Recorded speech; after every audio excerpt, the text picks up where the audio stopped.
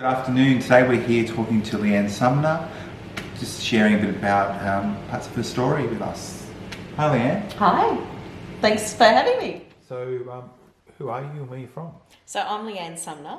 I'm a proud Gurdjamara woman. So I'm from the Western Districts of Victoria. I grew up at a little farm in Princetown, which is near Port Campbell. But my family's from Framlingham, which is an Aboriginal reserve. So is there any of your family involved in the stolen generations, and if so, how did that impact on your family? Look, I've really come to understand how much stolen generation has impacted on my family just in the last few years. And I guess a lot of it's been assumptions from what's happened, but sadly my nana had a child that she had from birth through till he was about 9, and my Aunty Maisie told me about the time the police came, and it used to be quite a common thing on the Framlingham Reserve that the police would come and take the kids that were a bit lighter in colouring. And my uncle was about 9 when he was taken from my family.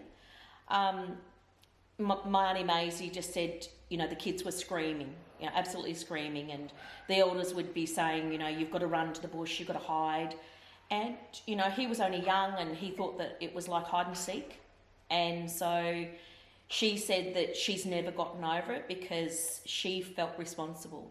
She was older and she felt that she should have saved him and protected him. And she told me about, excuse me if I start to cry, because it's really hard to think about someone that you love and care about. It's really hard to think about those memories. And so Marnie Maisie was saying that my nana, was begging the police, absolutely begging the police, could she please get some food together for my uncle so that he could take the food with him.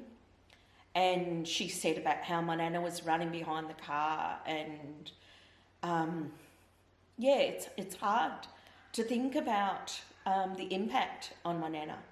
And I think in a lot of ways that's impacted a lot of our lives, that a lot of the memories are just so painful that they couldn't talk about them. And so lots of things that I found were repercussions of that. My auntie, Marnie Maisie, my nana never got to see, her son again. He actually came his son actually came many years later trying to find my nana, but by then she'd married again and he couldn't find her because she was under a different name. But my cousin's now part of our family and we get to see him, and I think it was one of the proudest moments of my life was when my Aunty Maisie actually died, that he was asked to do the readings at her funeral. And it was kind of like full circle. It was kind of like, he's now part of us. And the thing I found really amazing about it was that even though he'd not been a part of the Aboriginal community for like 30 years, when he found out about, who he was and where he came from, that he was exactly like us. And it made me think a lot about things that happened in our family that we didn't realise.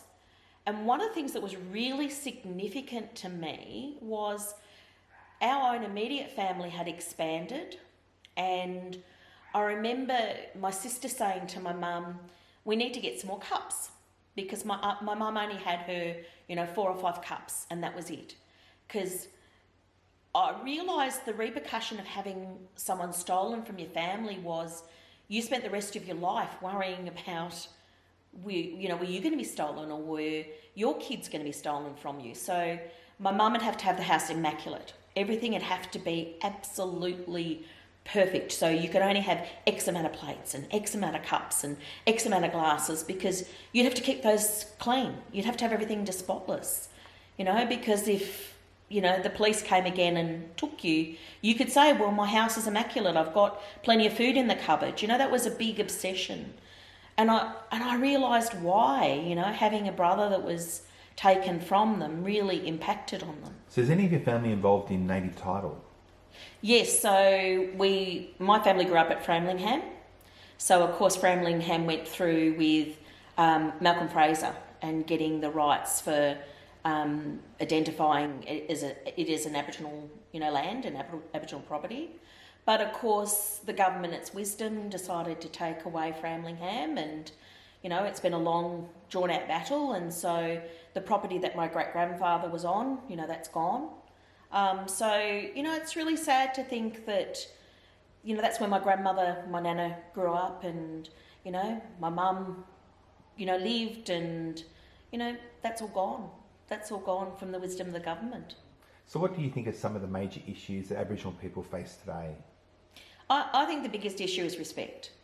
I worked as an Aboriginal hospital liaison at Monash Health for a decade, and for me, that was the one thing that people said to me was the lack of respect. If people identify you as being Aboriginal, they immediately feel like they've lost that respect from that person, that people have so much judgment about the word Aboriginal, from whether it's, is that person Aboriginal or not, or, what is that person getting out of being Aboriginal, or for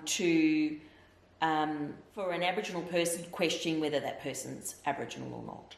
I just think there's so much judgment and so much lack of respect if you identify or if you don't identify, or, the tall poppy syndrome of, I'm not going to knock you down because you might get more than me, or, I think we've just got to get back to that traditional way of, leading our culture and supporting each other and building each other up. And so I think for me it's been really interesting to look at, Aboriginality as a concept, and the judgment about whether you're not white, you're not dark enough, you're too white. I just think it's crazy. Like, if you go to Italy and you look at how many other nationalities have come into Italian culture and Italian people, no one ever judges if there's an Italian person who's got Asian features. So why is this huge problem about an Aboriginal person who has lighter colour skin, or, has a different nationality type look? Why do we have to justify ourselves all the time? Why do we have to explain ourselves? When you think about the kind of criticism and media perception of what an Aboriginal person is, for a person to say that they are, obviously they are. So I just think people need to think more about how hard it is for an Aboriginal person to identify and what they're going to go through by identifying. And I found it really interesting with, we're going through the treaty at the moment. And so speaking to some of the community members at the discussions about the treaty, I found it really fascinating that, the perception in the media was about, people want the treaty for money and they want the treaty for, gaining something themselves. And the number one thing that came up was about culture. There's so many Aboriginal people who are so desperate to learn more about their culture, to share their culture, to participate in culture. And I think it's so sad that, it's been portrayed in the media as being about, money, when actually, it's a person's right to be able to participate in their culture and learn about their culture. So how do you define Aboriginality and what makes a person Aboriginal? So to me, it's about your soul and your gut feeling, and it's about the way you were brought up. So I think for me, I really challenged my identity for a long time.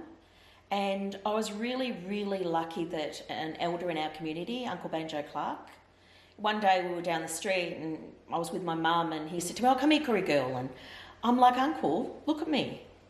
And he said to me, "Sister girl, your mum's Aboriginal, your aunties and uncles are Aboriginal, your grandparents are Aboriginal, you're part of the Aboriginal community here, you're Aboriginal. It doesn't matter what colour your skin is." He said, it's like a cup of coffee, You can add milk to that cup of coffee, but it's still a cup of coffee. You still taste the coffee. The coffee's strong and your Aboriginal blood is strong. And he said, you're Aboriginal. And so from that moment on, I just thought, if someone that's so respected and so knowledgeable and someone that I had so much respect for considered me as Aboriginal, then I'm honoured to be Aboriginal. So there's a lot of people finding out there about their Aboriginality later in life. What advice would you give them to help them to start to find out about their Aboriginality? Oh, look, I think it's really important. We've got IATS here, and it's a central database for Aboriginal records. I found it really phenomenal being able to get the research that they've gathered. I got some amazing photos of my family through searching their database. You can do a registered search with them and they'll find it all and collate it and send it to you. So I think that's a really great starting point. I think also there's some really incredible Facebook pages. So for example, with Gundjamara, which is where I'm from, there's about 3 or 4 registered Gundjamara Facebook pages. And so by getting on those pages and talking to other Gundjamara people and sharing the family histories that you've got, so I think if you go on those pages and you start to learn about people's stories and, what our culture is about, and, we're really proud of who we've come from and what we are, we're the fighting Gundjamara. So, that's great being able to pass that down and, for other people to share and learn from that knowledge. I think it's a great way to really connect with your culture. So what advice would you give young Aboriginal adolescents who would like to find out more about their Aboriginality? Look, I think there's some incredible youth programs. I look at the local ones around, where I am, and some of the people, the youth workers, they're just unbelievable. It's great experiences and it's all about culture and all about learning and sharing and, caring about each other. And I think it's a really great supportive cultural experience to be involved in. And, you're going to meet a lot of other people who don't have much culture either and others that do. So I think it's a really good opportunity to get to learn more about your culture and connect to your community. So what advice would you give non-Indigenous people who want to find out more about Indigenous cultures? Where should they start? Look, I think there's some really fantastic, Aboriginal tours. So if you go into the Koori Heritage Trust, if you go into any of the gathering places, if you go into the museum, there's some amazing Aboriginal tour guides. If you go on the garden walks, there's some really incredible experiences where you get to meet with Aboriginal people and learn from them and understand about them. I think you can also look at doing mentoring. I found it really valuable for the Aboriginal person being able to share their culture and for the non-Aboriginal person being able to share their work skills with Aboriginal, youth. And I think it's a great two-way street. And I think, we all should be learning from each other and sharing from each other and caring about each other. We're all, one human race, really. So what's one stereotype you would like to break about Aboriginal people? Oh, we're all drunks. I think it's a bit of a joke. I'm well known at parties that, where's my cup of tea? So I think if you actually look at the statistics on the Australian Bureau of Statistics, Aboriginal people don't drink as much as other nationalities. But I think the ones that do, it's probably more obvious. So I think also a lot of community, my grandfather was an alcoholic, so my mum found it very difficult being around people who drink. So for part of closing the gap, there is something about increasing Indigenous employment. What do you find are the most predominant issues with Indigenous employment in Australia? Look, I just think people don't look at the common sense. So if you look at it, if you're, for me, I've been doing a lot in Aboriginal employment the last few years. So let's look at it from the start. If you've come from a family that's never worked, you don't know how to fill out superannuation forms. You don't know how to apply for jobs. You don't know how to go for an interview. You don't know how to present yourself in the workplace. So for me, I've been supporting Aboriginal people into employment. So it's things like they don't even know how to use a Myki card. They don't have the funds to be able to, buy a Myki card or buy a car or buy, clothes to be able to go to work. So, it's just that common sense of going, there's so many complexities before you even start a job, before you even apply for a job. And if you're overwhelmed with all of that, it's very hard to then have the stability and follow through with employment. It's also the judgment, employing a lot of Aboriginal people recently, one of the things they've said is we're scared of how we're going to be judged when we're in that workplace. We're scared about how other people are going to say it's tokenistic and we've just been given the job, and, so they always feel like they're going to be judged, or they're not good enough, or, they're not doing enough, or, there's just so many barriers. And not having family members that can support them through that because they've been through it themselves just make it even harder. So how do you find an elder in community?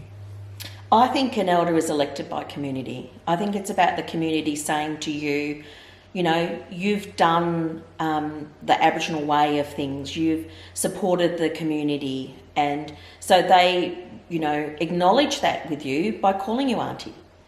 And so I don't believe that suddenly you turn 50 and you're an elder. I believe it's about the community deciding that you've done what they feel is beneficial to the community, and so they, acknowledge that by calling you an elder, calling you auntie.